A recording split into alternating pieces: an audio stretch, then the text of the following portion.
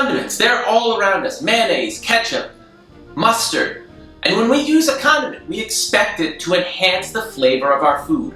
But there's one condiment, a controversial condiment that people take sides on. People either love it or they hate it. Marmite. Love it or hate it, but it certainly has a place in the world of condiments. Welcome to the world of condiments, where we search the globe to bring you the world's vast varieties of tastes, the delight of a creamy Caesar salad dressing, the thrill of the Scoville scale, and exotic flavor profiles to broaden your Epicurean pleasures. This is the world of condiments.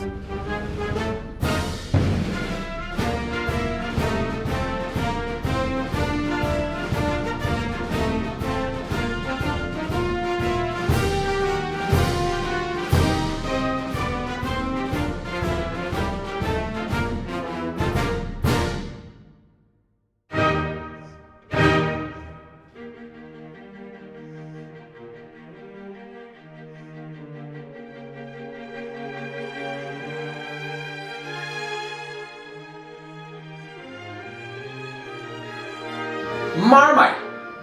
Even the name sounds menacing, not lyrical, like salsa or Dijon. And in fact, Marmite was kind of a mistake. The product that was to become Marmite was invented when German scientist Justus von Liebig discovered that brewer's yeast could be concentrated and bottled and eaten. Could be. It seems like Dr. Liebig wasn't even thinking about food when he invented it. Actually, not quite invented it, more like stumbled upon it, which is not surprising. Liebig was a great chemist, but food was not his primary field. He was better known as the father of fertilizer. That's not who you want to be inventing your food products. He did develop a process for meat extraction, where you take 30 pounds of meat and turn it into 1 pound of meat extract. Apparently, he didn't just play with food, he punished it. And Marmite is his legacy. And if Marmite is so good, then why aren't the Germans eating it? They aren't. It was sent to England in the run-up to World War I as hostilities between the two countries were escalating. Was it a subtle form of chemical warfare? Some people think it was. Some people think it is. It's an English condiment. It always reminds me of rat poison. In what some people consider a ploy to get Brits to consume more of this Marmite, scientists have claimed that eating Marmite could help combat vitamin deficiencies and anemia. So maybe some people learned to eat it by necessity. Whatever was the case, eat it they have, and it has become one of the very popular condiments in the United Kingdom.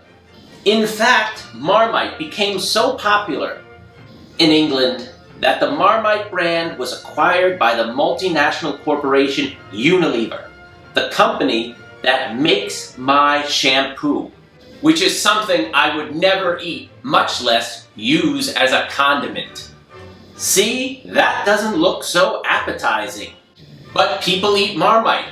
And some of my friends just love it. One of my favorite condiments is Marmite. Great on bread products. And so I put it on grilled cheese sandwiches.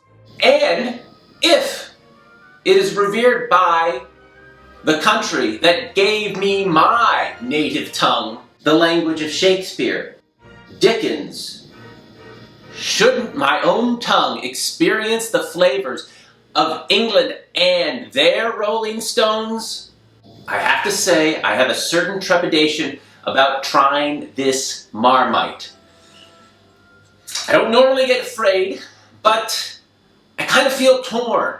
You know, like when you have a devil and an angel on each one of your shoulders? Though I suppose the food metaphor would be Paula Deen and Gordon Ramsay, and they're feuding with Gordon Ramsay saying, "Oh, come on! What are you doing? Go ahead, eat it, you know you want." And Paula Deen say, "Ick! I wouldn't eat anything that looked like a dog wouldn't touch it, and a stray dog, that is." And then Gordon Ramsay would say, "Oh, come on! Don't be a flimsy-flamsy. You know you want to eat it. Go ahead, eat it." Well, I am a citizen of the world of condiments, and one of my mottos is, I am here to experience new flavors and tastes. In order to really experience the flavor of Marmite, I put it on some very bland food items. Sauteed chicken breast, a water cracker, some cheese on a piece of bread, and on rice. And then it was time to try them. I tried it on some rice. I don't really want to taste too much of it. Oh God, it's like soy sauce. It's gone terrible. All right, maybe it's not so bad on a piece of chicken. Here we go with the chicken.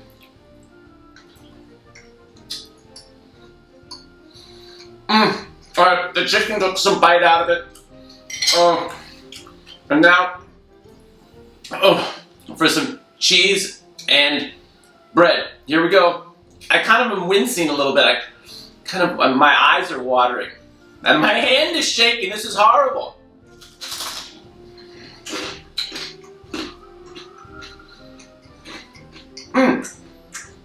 Now the cheese and the bread and the cheese is not so bad. So, look, I knew this was going to be a tough sled, and it was, but I am glad to have tried Marmite. I'm glad to see that sometimes it's overpowering, but in other cases, it can add a little kick to it. And it really is. It's a very distinctive flavor. And that's why whether you call it controversial, friend or foe, it's an important part of the world of condiments.